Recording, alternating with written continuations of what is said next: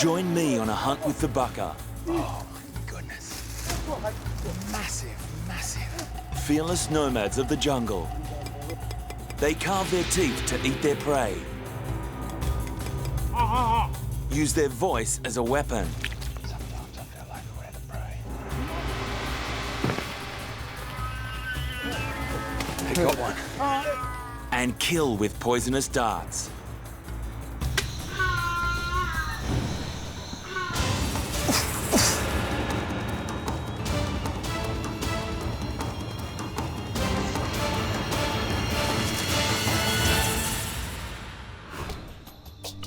I'm Hayden Turner. As a zookeeper, I looked after animals for years. But today, I'm deep in the jungle of Central Africa with the Bucka tribe, and they're hunting. For the Bucka, wildlife isn't a zoo exhibit. They kill to survive. These men understand animal behavior here better than anyone in the world. And I want to learn from them. The Bucka are nomadic pygmies, now called forest people. It's been 5 days since their last kill. If they don't kill today, back in camp, 30 women and children will go to sleep hungry. What we're going to get, nobody knows. But you can really feel the excitement and the energy amongst the men. My home for the next 10 days will be this dense jungle. It's one of the most remote places I've ever been to. And I'm definitely out of my comfort zone. I'm worried I won't be able to keep up. There's no path and visibility is under 5 meters. If I get separated from the men, I will be in big trouble. You only have to miss each other for like about 20 meters in this forest, and it's all over. The Bucka share this forest with leopards, elephants, and one of Africa's most dangerous animals, buffalo. You become like a bit of a human pincushion. Every single thing in this forest has got spikes on it. Already, my legs are torn to shreds. That's like... This really is a jungle, and injuries are vicious. Biango, a hunter in his 20s with 5 kids, lost an eye to this forest, gouged out by a tree branch during a fierce hunt. Yeah? Now he's partially blind. It's a massive handicap for him. In this forest, you need your sight to survive. But he still has to hunt. Fewer hunters would mean less food for the tribe. So with his close friend Mbanga, he's looking for tracks. Definitely something up ahead. They're onto something. This isn't just a stream. It's also the tracks of a giant. 40 centimeters wide and at least 20 centimeters deep. I've seen tracks like this before, but never this large. Mbanga.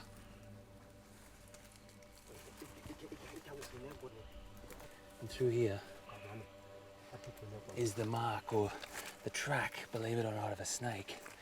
A big snake. To leave a track that heavy, it's got to be a big snake. I think this could be an African python. Aggressive, dangerous, and up to 7 meters long. They strike, suffocate, and then swallow their prey whole. And look at this, yeah. This is the... Here. Here. Yeah, so the belly, this has got to be big. This has got to be massive. The trail is clean, with no foliage covering it. That means it's fresh. we've got to be extremely careful. And here I am, stuck in the mud.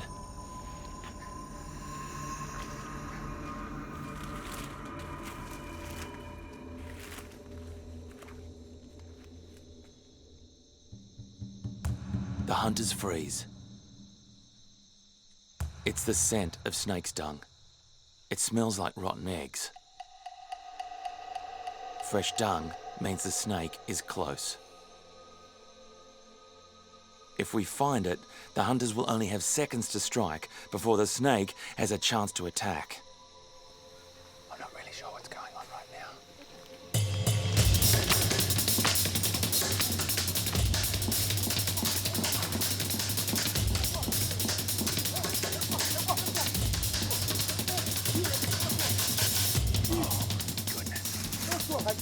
Massive, massive. Oh my God. Mebunga cuts off the snake's head with his machete. Blood sprays onto the camera. Wow. This is a massive African python. It's got to be 4 or 5 meters long. And it's eaten something, and you can see the massive bulge in its belly there. And it hasn't been able to get away.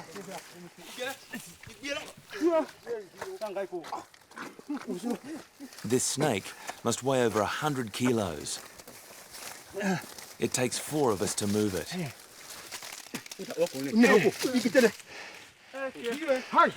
Unbelievable.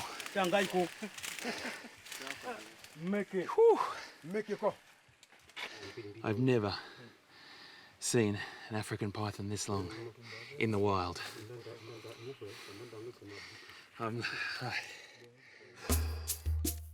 Mebunga landed the fatal blow. In his late 20s, he is the tribe's most promising young hunter. And this snake's head will raise his rankings.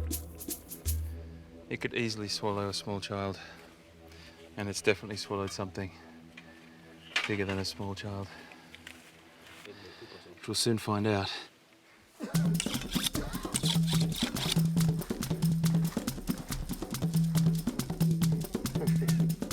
After surviving on a diet of vegetables and roots, this is vital protein that the tribe needs.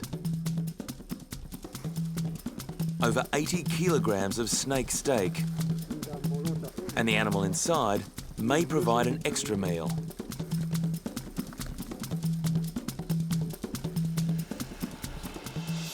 There's the animal's head right there.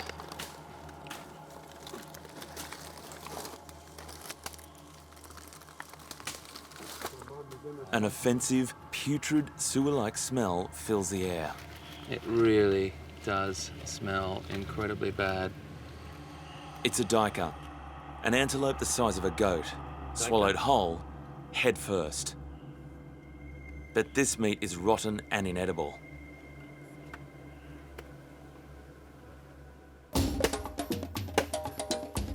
The bucker will eat 80% of the snake, as it's mostly lean muscle meat. 2/3 of the snake will be eaten while it's fresh over the next 2 days. The rest will be smoked once they get the meat back to camp. To do that, they use backpacks, jungle style.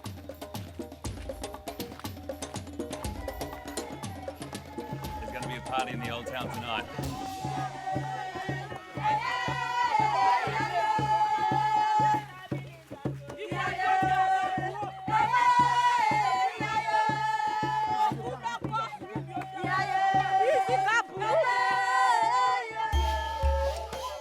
The Baka live in southeast Cameroon, in the Jar Reserve.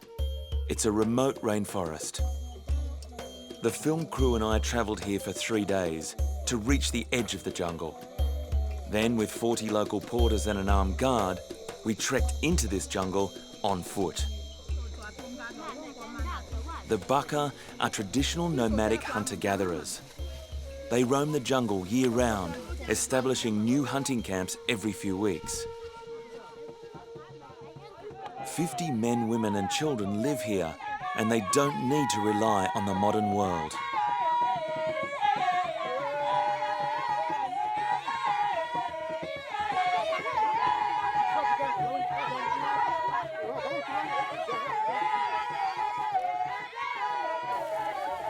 I've pitched my tent next to the bucka's traditional huts made out of branches and leaves.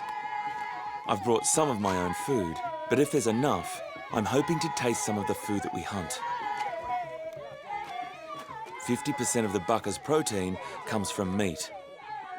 Both men and women hunt, but it's just the men who hunt the large and dangerous animals. Music is a huge part of bucka life. Song and dance are their way of communicating with the spirits of the forest. I've never had a welcome like that, ever, anywhere in the world.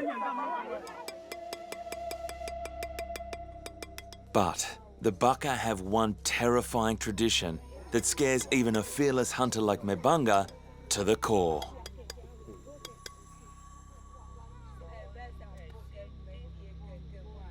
Mebanga, Joko.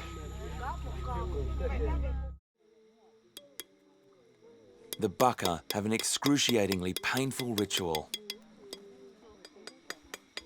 They chisel their teeth to eat meat more easily.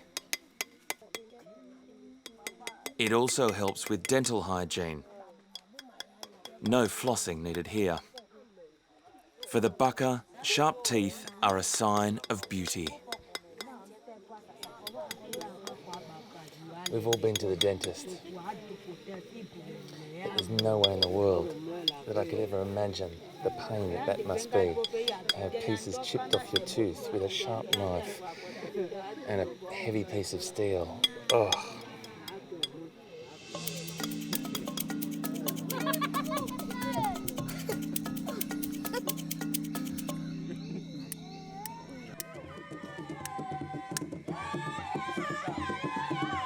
Close to midnight, and I'm lying exhausted in my tent. I'm woken by some really strange sounds. As I enter the camp, I cannot believe my eyes. Something very special has happened tonight. Iyengi, the spirit of the forest, has come to visit the village. He's about 2 meters tall, and they call upon him to bring good luck for upcoming hunting expeditions.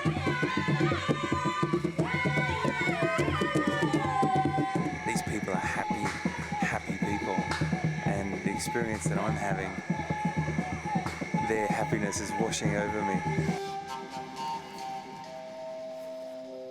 The next morning, Awa, the bucka healer, performs an important ritual. It's to make us strong and invisible, so we can hunt one of the most flighty animals in the forest, the duiker. Duikers are small antelopes, extremely shy and elusive creatures. When alarmed, they make a distinctive bleating call. It's this call that the bucka use to their advantage. They imitate this distress call because it attracts the duiker to them.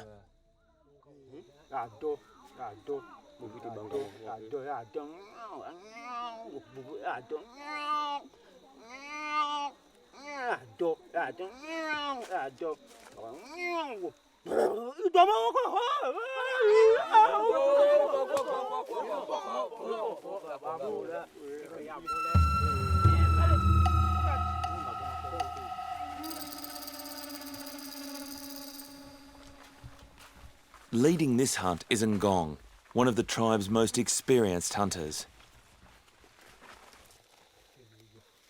Always smiling, he's told me stories about his father, a legendary hunter, who passed all his skills onto Ngong. Near a small creek where he knows duiker are likely to drink, he's looking for tracks. Is the track of a... Sorry. The track of an antelope. This leaf was over the top of that, and Ngong saw the sign. I don't know how, but saw the sign of that track right there going that way. There are always dangers in this forest, but at this time of year, forest buffalo have their young.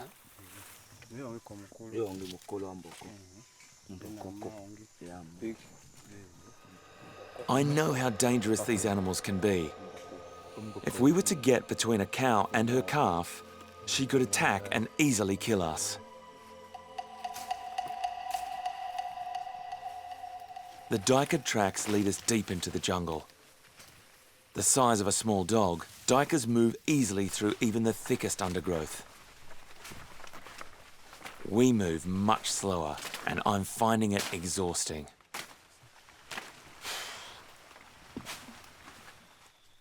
But soon, more signs that we're on the right track. Oh, it's very strong smelling. And this is quite moist still. A fantastic indicator that there's a duiker close by.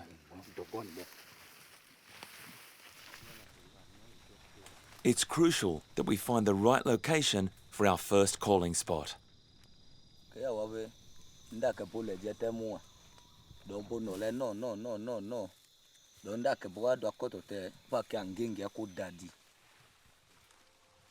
The duiker could approach from any direction, so the caller stands in the middle, surrounded by a hunter at each entry point of the clearing.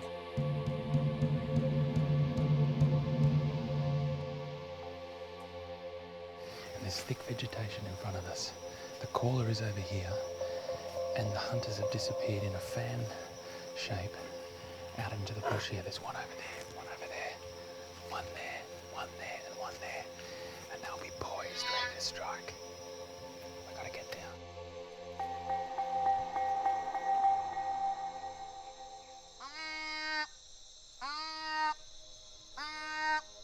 The hunters imitate the duiker's call by closing their nasal passages with their hand.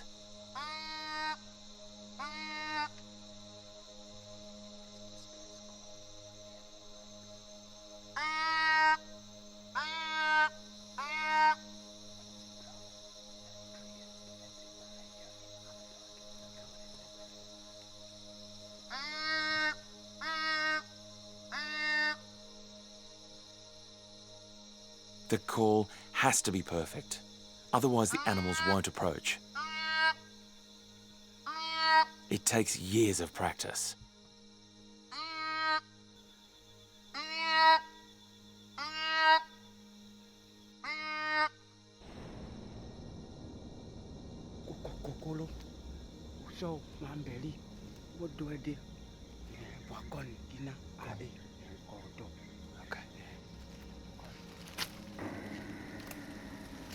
The hunters call over 500 times in a day's hunt and stop in up to 15 different clearings.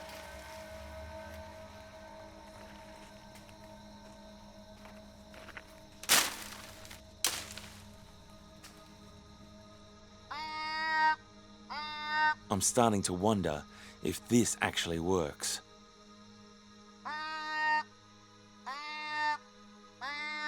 Each time the hunters call, they put themselves in danger. Other predators also respond to these distress calls.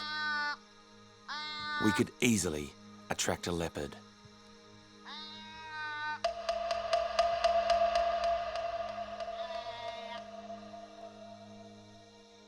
One of the hunters spots movement in the vegetation.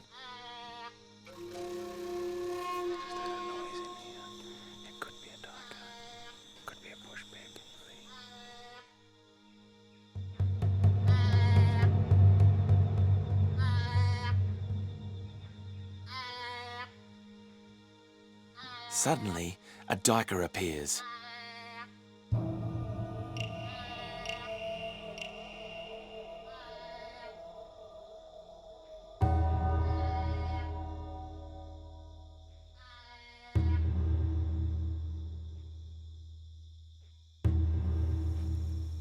That's how it goes, but it definitely works. That distress call definitely attracts other adults to come and investigate. Very, very clever.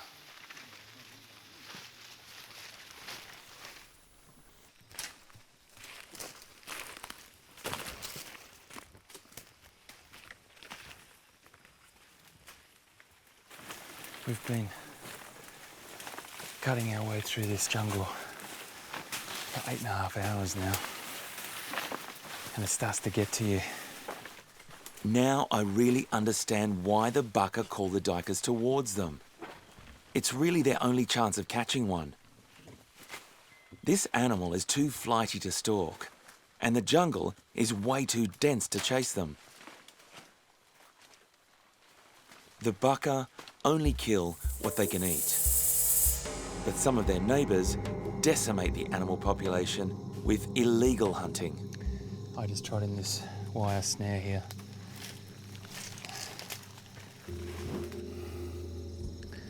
When I see that, it makes me shudder. Because it's indiscriminate hunting using this. Why so many chimps and gorillas and other animals lose their limbs and their lives. Commercial poaching and illegal hunting have the sort of detrimental effects to wildlife, but also to people like the bucka. And I'm going to take that and get rid of it.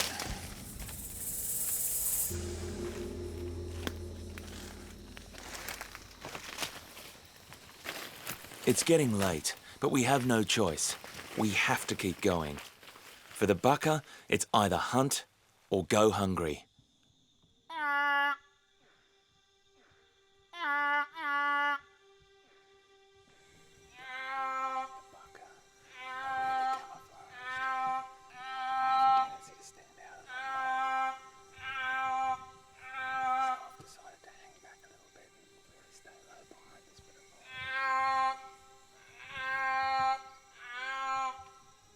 During a hunt, silently, the men stand absolutely still, ready to strike.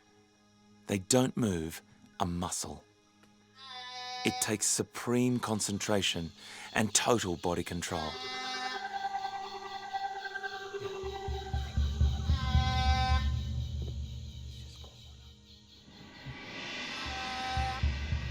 A duiker appears out of the undergrowth.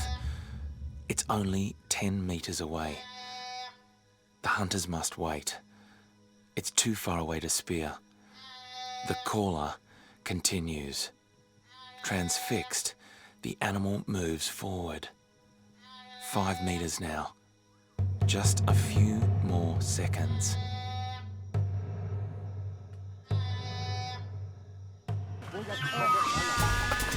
Now, another distress call, but this one is real. Left.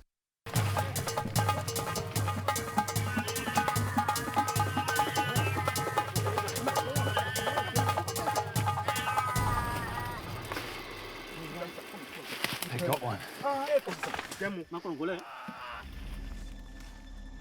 Mebunga, who killed the python, also speared the duiker.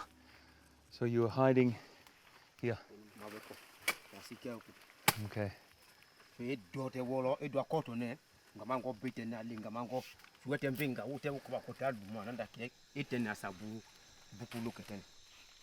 Success for Mebunga and the tribe. Strategy, patience, and deep understanding of animal behaviour have paid off. Transfixed by the distress call, the duiker walks straight into the bucka's trap. Hard for me to watch an antelope that I used to look after, hunted. But I have to always remember, this is forest food for these people. 5 hunters, 10 hours, 5 kilograms of meat. With some yams from the forest, it'll be enough for tonight's meal. But tomorrow, we'll have to hunt again.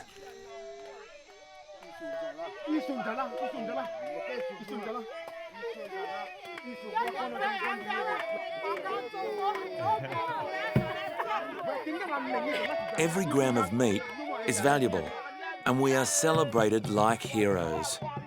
It's an amazing feeling. As well as being great hunters, they've got fantastic rhythm as well, which singles me out even more.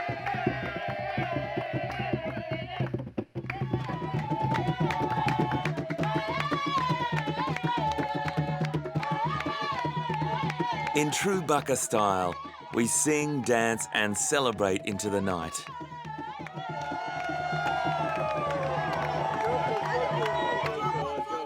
tender daika cooked with forest spices and a root vegetable called cassava.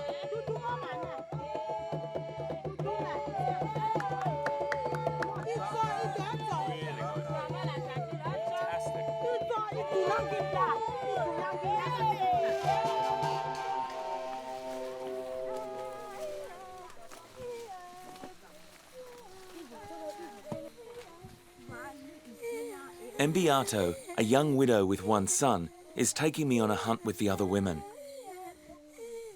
We'll be looking for small forest animals. Baka women hunt about 40% of their family's protein. Just like the men, they have intimate knowledge of animal behaviour.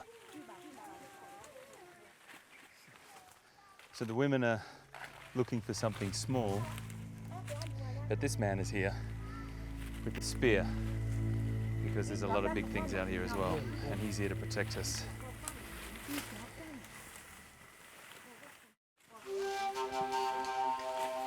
First up, we're looking for tortoise. They're easy to catch and a common meal, but you need to know where to look.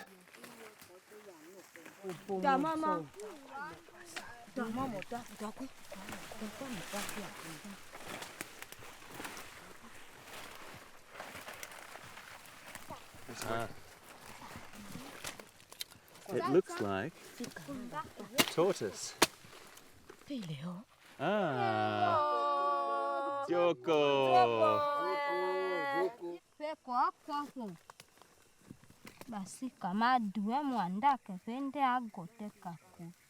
Now we need to stop our catch from escaping.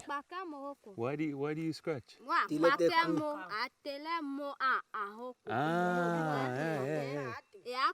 Okay. And then they tie the vine around and they can transport it back to the village. Very ingenious. It's like a lunchbox. Okay. There's about half a kg of meat on the tortoise. Okay. Enough for Mbiato's small family of 2. The rest of the camp needs to eat as well, so the hunt continues. But first we stop for a drink. I purify my water to avoid parasites, but 27-year-old Pando hacks off a vine full of naturally filtered water. The Baka use nature's purification system. That is fantastic. Crystal clear, filtered water. It's just like it's out of a spring. That is very clever. Every single place I look, the women have just got this ability to see mushrooms, where a tortoise is, water out of a liana or a vine. Joko. This is literally a forest supermarket. Yeah. Before I know it, Pando is on to the next hunt. I wouldn't be putting my hand down a hole like that. But the women just know from that hole that they've seen there on the ground that there is something down here.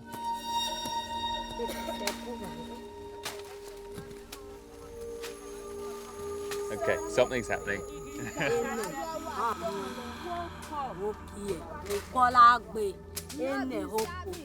Okay.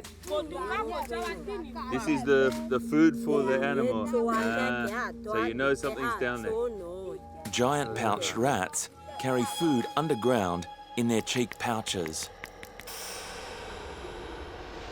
They are up to 5 times the size of their domestic cousins. Their large teeth can inflict serious damage. Active at night, the rat sleeps in its burrow during the day.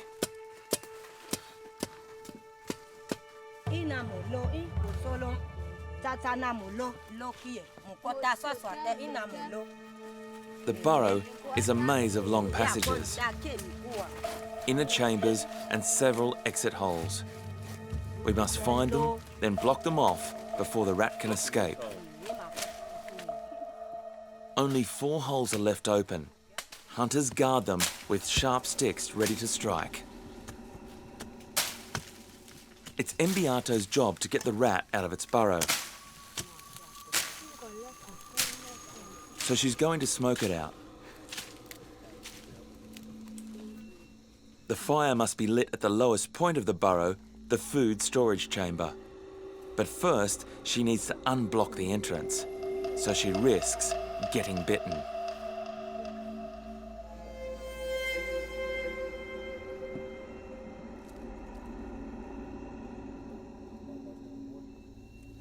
With the burrow unblocked, now the smoke can travel deep inside.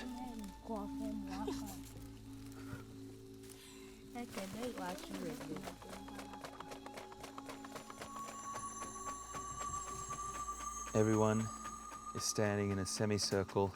If the animal comes out of one of these burrows, they're going to be able to strike very, very quickly.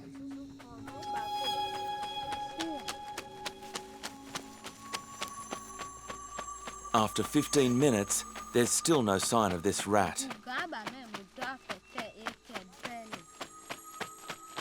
Then Pando hears a noise at another hole and goes to check it out.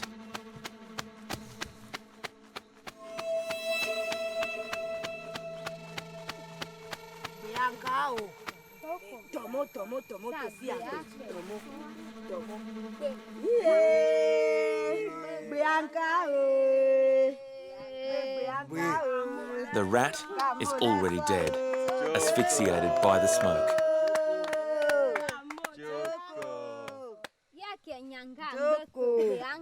That is the biggest rat I've ever seen.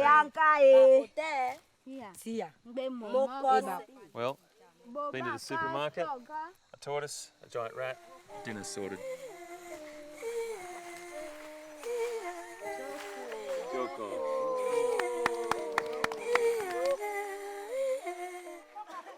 After a successful hunt, it's time to celebrate. So the women head to the river.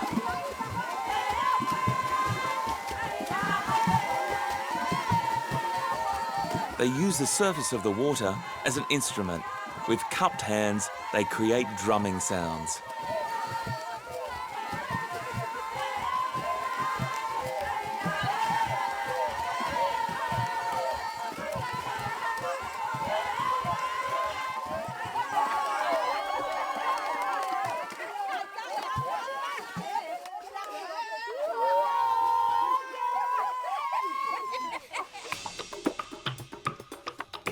Back at camp, I'm with Ekasome.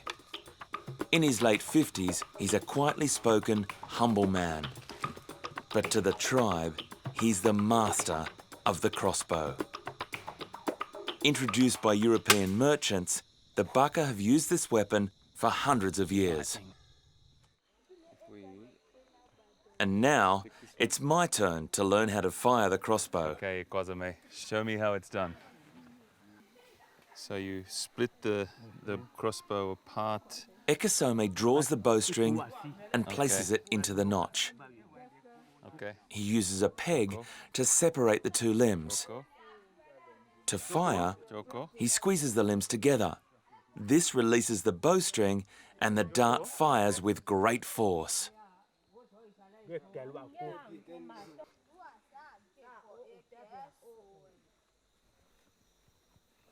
Okay. Joko. Okay. Here I go. Everyone is watching. Okay.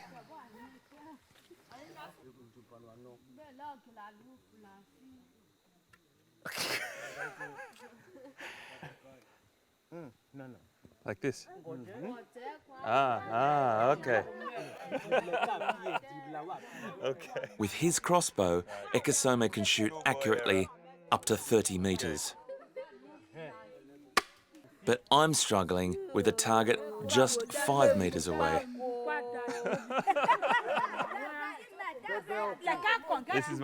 This is my coach, but this is my team behind me here. It feels like the Baka Olympics. Hey!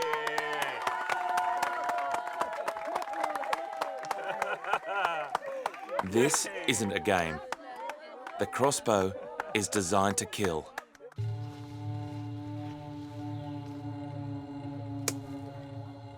By applying deadly poison to the darts, the crossbow becomes a lethal weapon.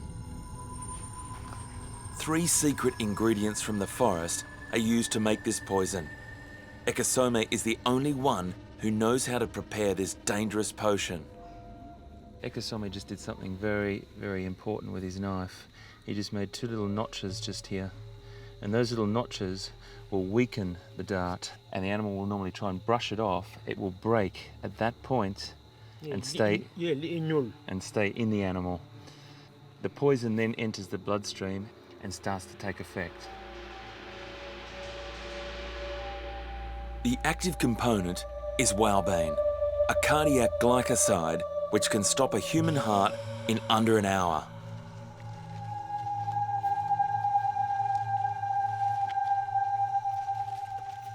Now I'm going with Ekasome on a crossbow hunt.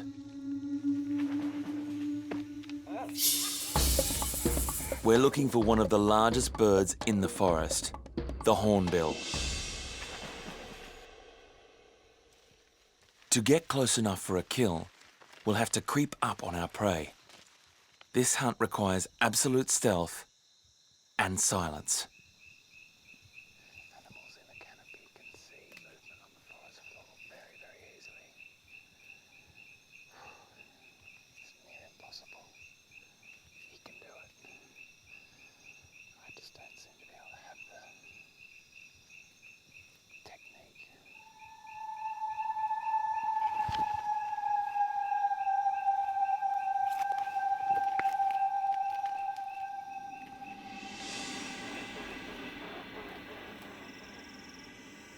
How do you find the animals? Look. And listen. Okay. The Hornbill's wings beat loudly as it flies. Ekasome uses these sounds to track the birds in the canopy above.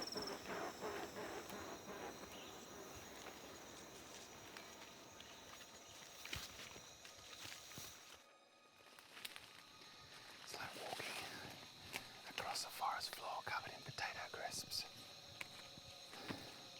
It's impossible for me not to make a noise. I really feel like I'm letting him down.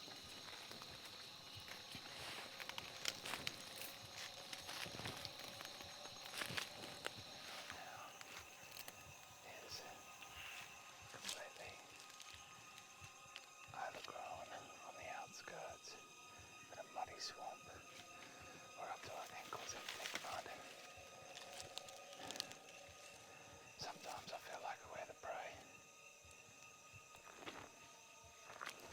Ekasome leads us through the swamp to an area with fruit trees.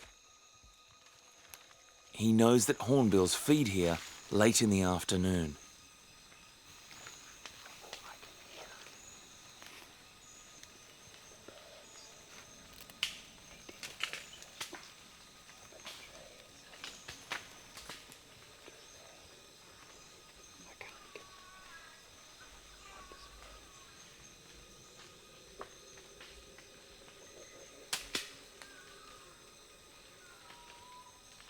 That's not because of us, that's just blind.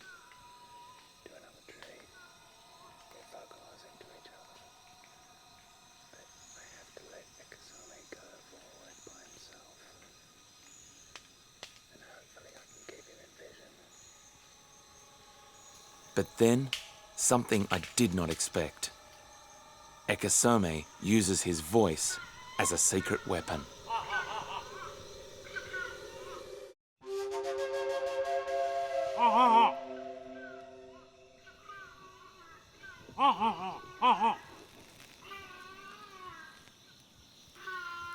Unbelievable. He just made a call and brought the birds over to us. By imitating the bird's calling sound, Ekasome has lured 2 hornbills into the tree above him. Wow, I wasn't expecting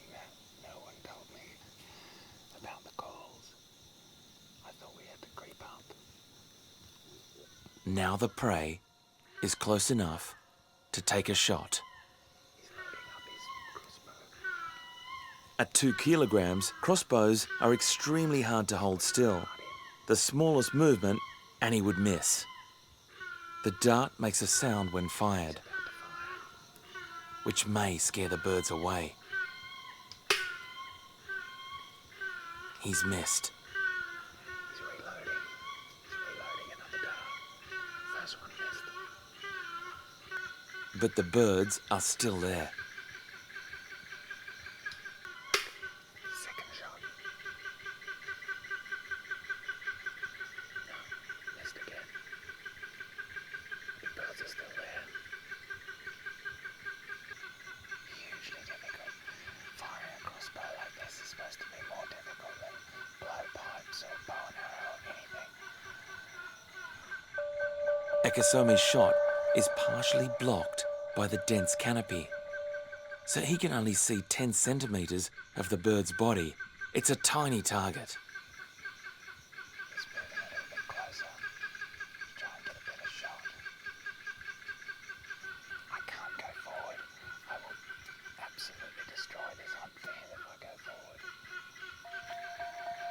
From his new position, Ekesome has a clear view of the hornbill. He aims.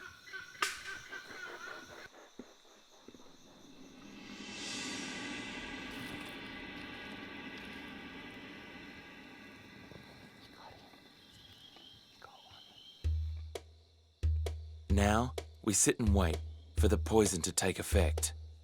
In a bird this size, it should only take minutes.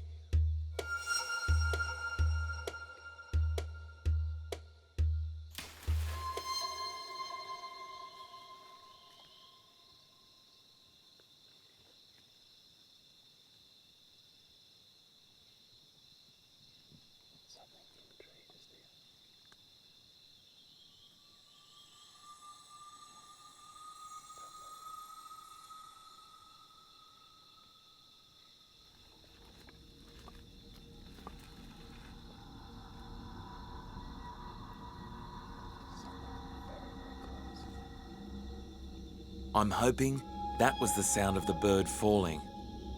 But it could be something much more dangerous.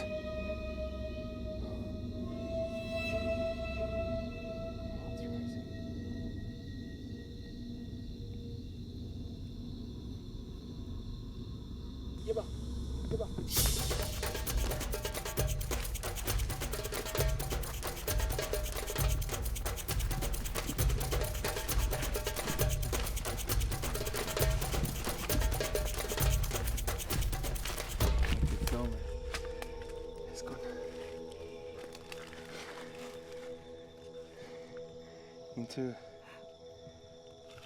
Look at that. It does, it looks like it's gone up into the brain.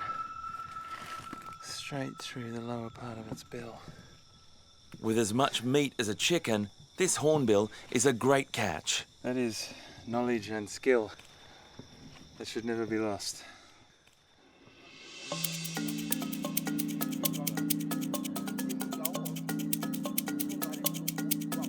I haven't ever been with a indigenous people before that has shown me more about animal behaviour in the bush. In my time with the bucka, I've learnt that they are at one with this forest. They have shown me that this jungle is the basis of their existence, culture and happiness. With animal calls, ancient weapons and courage, the bucka are masters of survival.